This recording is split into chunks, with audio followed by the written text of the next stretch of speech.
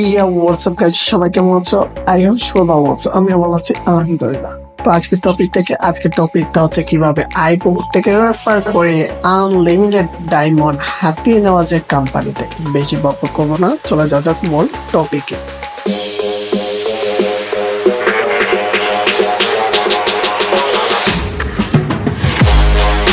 তো first of all আমরা আমাদের আইডিটা লগ ইন করে নিব, লিঙ্কে চাপ দিই। তো আমাদের আইডিটা লগ ইন করা হয়ে গেছে। দেন এবার আমরা রেফার করার জন্য আমরা চলে যাবো আমাদের ভিউ প্রোফাইলে। তো ভিউ প্রোফাইলে যাওয়ার পর এরকম একটা ইন্টারফেস শো করবে। এখানে দেখতে পাচ্ছি আমাদের একজন ফলোয়ার্স, একজন ফলোয়িং। তো এগুলো বাড়ানোর জন্য আমরা কী করতে হবে? রেফার করতে হবে। তো এই জন্য ব্যাক দিয়ে চলে যাবো আমাদের প্রোফাইলে।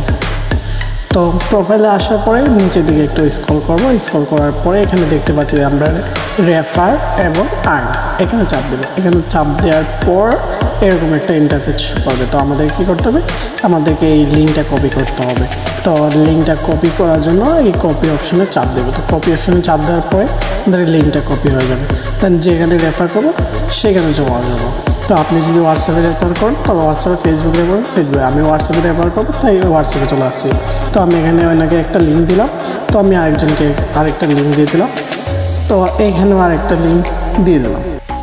তো তারা যদি এই লিঙ্কের মাধ্যমে আইডি খুলে তাহলে মূলত আমাদের রেফারটা হবে। তো ফাইনালি আমরা চলে আসলাম আমাদের প্রোফাইলে। এবার দেখবো রেফার হয়েছে কি না হয়েছে না। এটা দেখার জন্য কি করতে হবে?